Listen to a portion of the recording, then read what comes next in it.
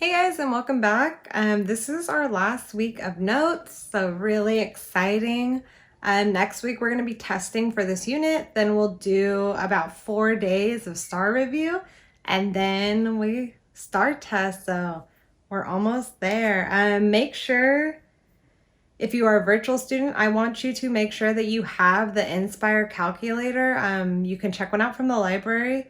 That way you can get used to knowing how to use it. On Thursday of this week, you're really going to need it for the notes that I'm giving.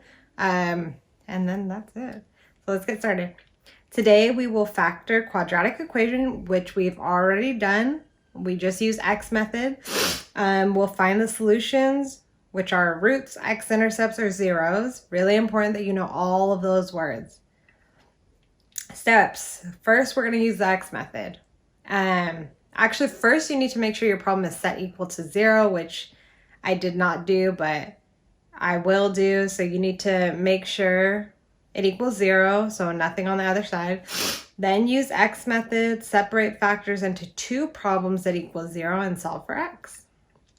So let's just pretend this said 7x squared plus 6x minus 1 equals 0. So first thing we're going to do is factor.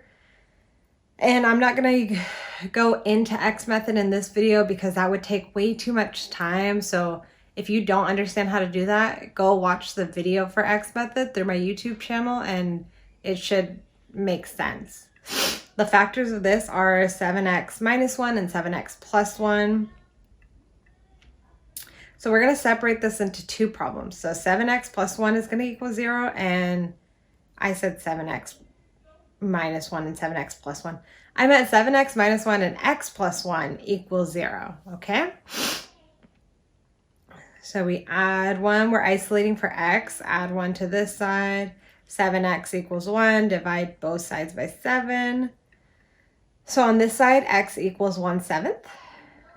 On this one, we're going to subtract 1, subtract 1. X equals -1.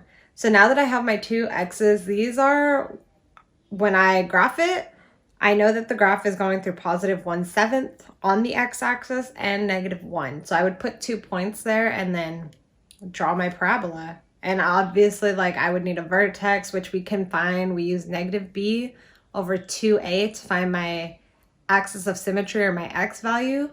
Plug it in, solve for y, and that would give us our vertex. Always list out your x values from least to greatest. It's just makes everything look nice. And again, we use squiggly brackets because it's not just a coordinate. This is saying all of these x values, and later on in algebra 2 you will definitely have more x-intercepts, so you want to make sure you're listing them out. Okay, next one. 3x squared, I can't really see this. 3x squared minus 10x plus 7. So our factors are 3x minus 7 and x minus 1. Separate into two problems, like so. For this first one, we're adding 7 to both sides, so we're left with 3x equals 7, then divide by 3. And we get x equals 7/3. On this side, we're going to add 1, x equals 1. So x equals 7/3 and 1. And again, list out your x values from least to greatest. So that is all I'm going to do in this video. There is going to be another video where I show you how to make sure your equation equals 0, because that is not something I included in this video by mistake. So be on the lookout for that. Bye, guys.